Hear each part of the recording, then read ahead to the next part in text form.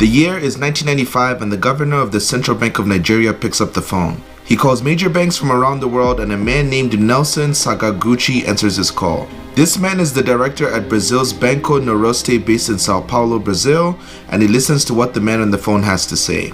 He mentions a big opportunity to invest in a new airport being built in Abuja, which was the new capital city of Nigeria. The cost of this investment would be $242 million with the promise of a $10 million commission. I'm sure you're thinking, how can somebody fall for this? Well, get ready for a scam story that is so crazy to make your head spin. It's probably one of the craziest scams ever pulled off in history. In this story, I'll show you how a Nigerian scammer named Emmanuel Nwude sold a fake airport to a businessman in Brazil. Let's get started.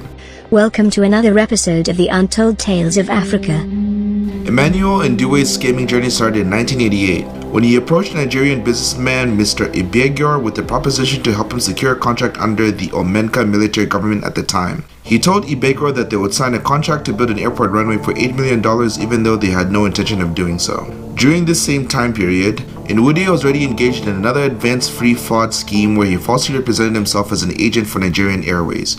He convinced people into paying fees that allowed them access into Nigerian airports that were only restricted to major international airlines.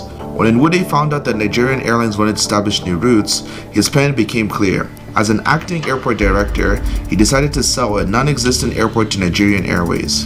In December of 1994, Nwude approached the owners of Nigerian Airways, Akani Aloko and Joseph Ibru, with a proposal to take over Abuja Airport. The Nigerian government was planning to build new international airports in Nigeria's capital city at the time and was accepting bids for this project. Nwude claimed that he had an agreement with the owners of Nigerian Airways that the company would manage the new airport for 10 years before giving it back to the Nigerian government authorities. The total contract price for construction as well as the management fees amounted to $330 million, which means $30 million per year. For such a large amount of money, Nwude demanded that the Nigerian government pays it in installments. To convince Sakaguchi that everything was above board, Nwude introduced him to the Nigerian president and other leading members of the Nigerian cabinet. It turned out that these men were fictitious and used as a ploy by Nwude to convince his victim that he had political backing for this project. In addition, Emmanuel's real job was a former director of the Union Bank of Nigeria.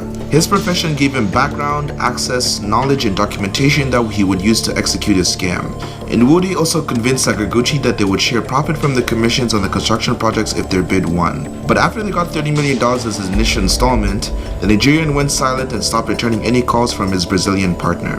When Sakaguchi realized that he had been scammed, he turned to the authorities including Interpol and the Nigerian Economic and Financial Crimes Commission, EFCC for short, which traced the money to Nwude's Nigerian bank accounts. He was arrested in 2003 after spending 7 years on the run. He was sentenced to 25 years for fraud, and as for Nelson Sakaguchi, he was later arrested at New York's John F. Kennedy Airport and dispatched to Switzerland to stand trial on charges relating to setting up bank accounts as part of the fraud. More than 2 decades later, Banco Noroeste still hasn't recovered from the losses of its assets and has been suffering financial difficulties as a result ever since. But it's an important lesson for businesses everywhere, to always be aware of those who you don't know because they could be trying to pull one over on you. As our world becomes more connected thanks to globalization and technology, we need to become better educated about how people think so that we can protect ourselves against these types of scams in the future. So what are your thoughts on this scheme? Please don't forget to like this video and subscribe so I can continue making awesome African content for you. My name is Asher and I'll see you in the next video.